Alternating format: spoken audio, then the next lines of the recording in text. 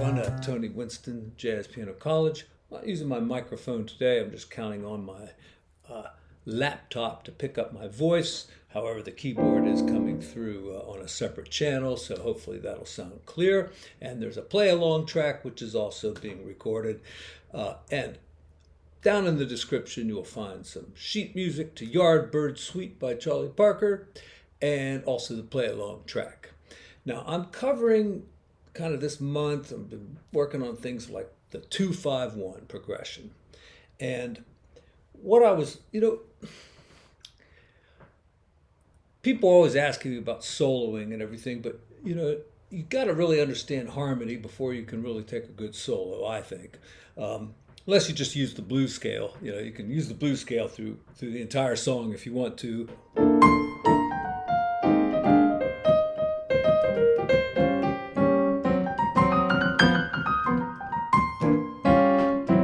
You could use the blues scale, but we want to get a little farther away from that.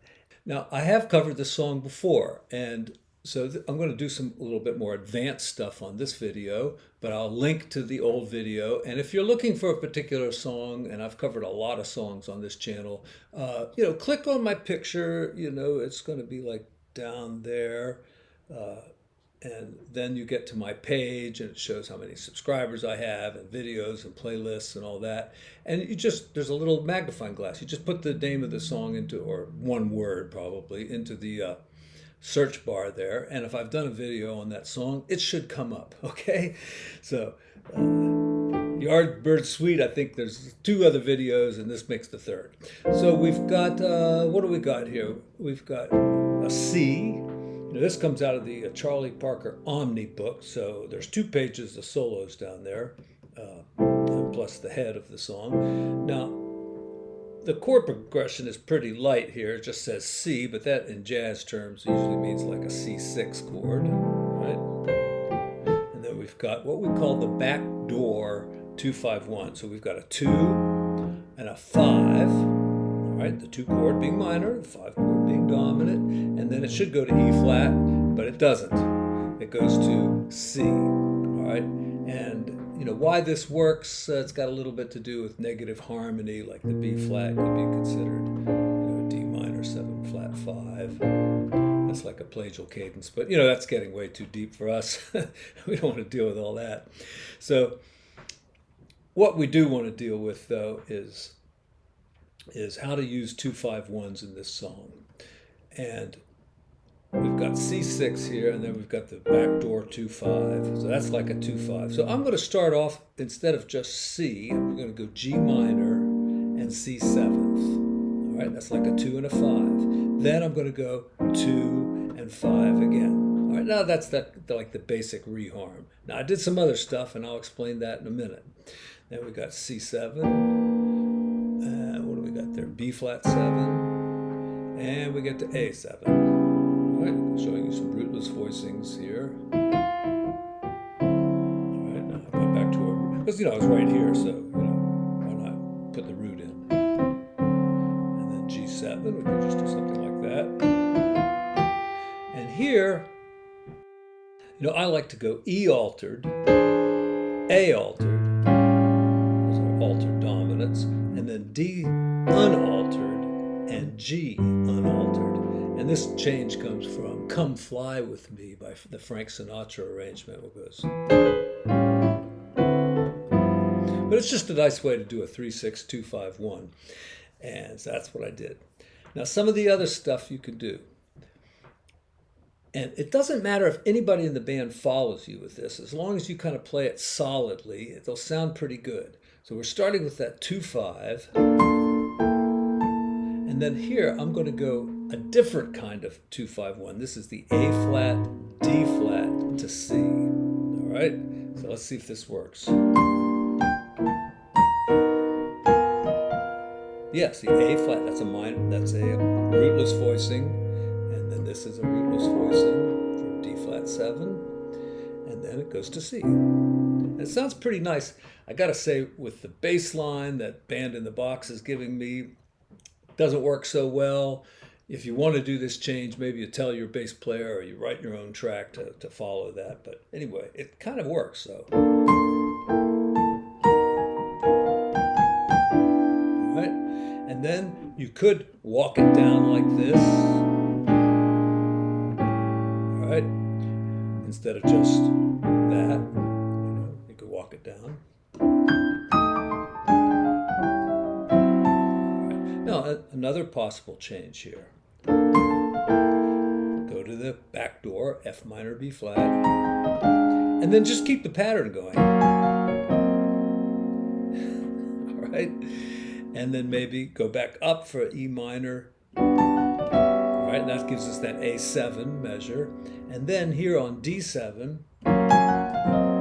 we do, it's heading towards a 2-5-1 in C. It's like, it says D7, but if you thought of it as D minor, it goes to G7. So a really kind of very common way of getting through that is not just to go one measure of D minor 7th and one measure of G7, but to do up a half step in one measure, and then in the G7 measure you do D minor and G. Okay, let me play it for you.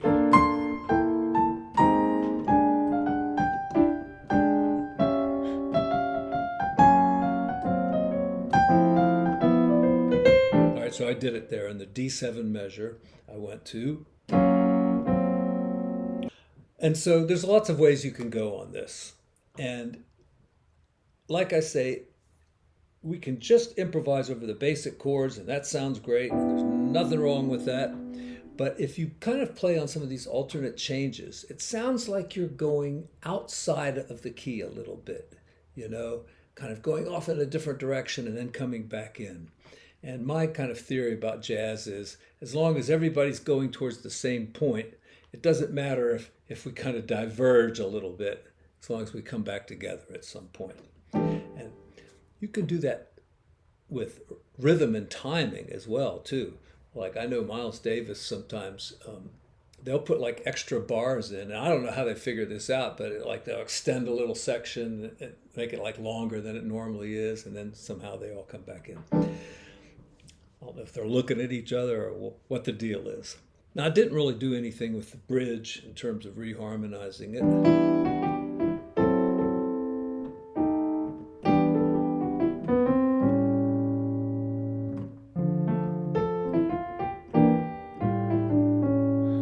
Here you could go A minor to D7, and then D minor to G7. And I see there's a D flat there, okay? So just think now. Suppose you play D minor 7. And you play this, and you're thinking, oh, that's a G7, right? That's a G7 chord, right?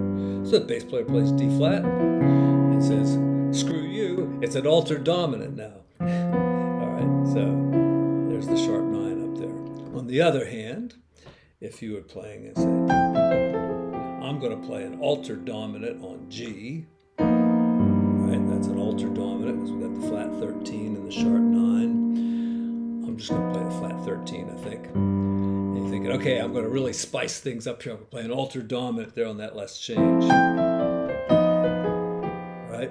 Sounds pretty good. Right? But the bass player says, fuck you. I'm going to go with D flat and just keep it, unaltered and not quite as spicy. This chord,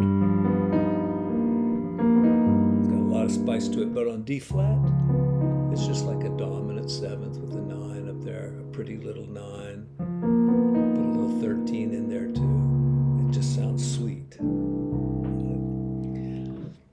So that's the cool thing about these particular shapes, especially shape 1 and shape 2. Shape 1 and shape 2. Okay. Shape 1 and the inversion is shape 2. Shape 2 inversion is shape 1. Isn't this clever? And then depending, like I say, on what the bass player plays or what you play as a bass note, it can be altered or unaltered.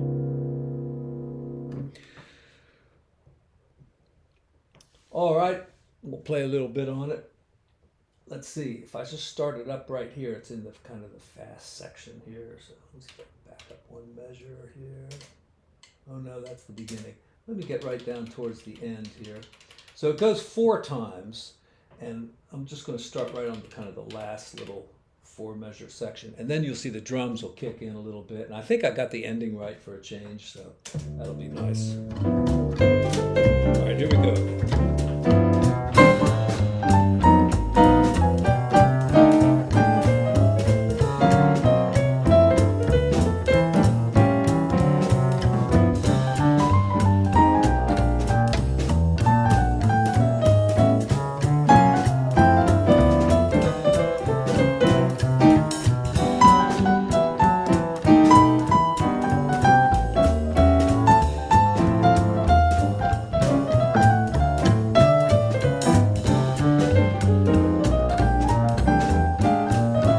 Cold in here.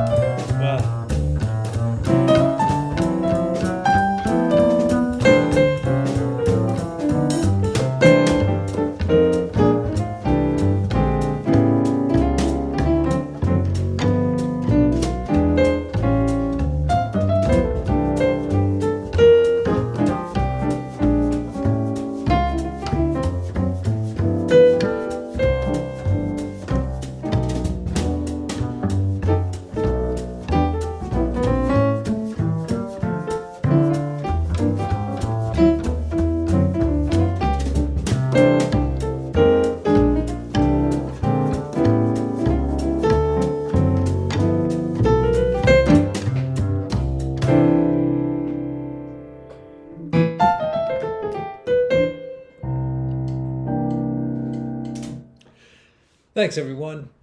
It was fun.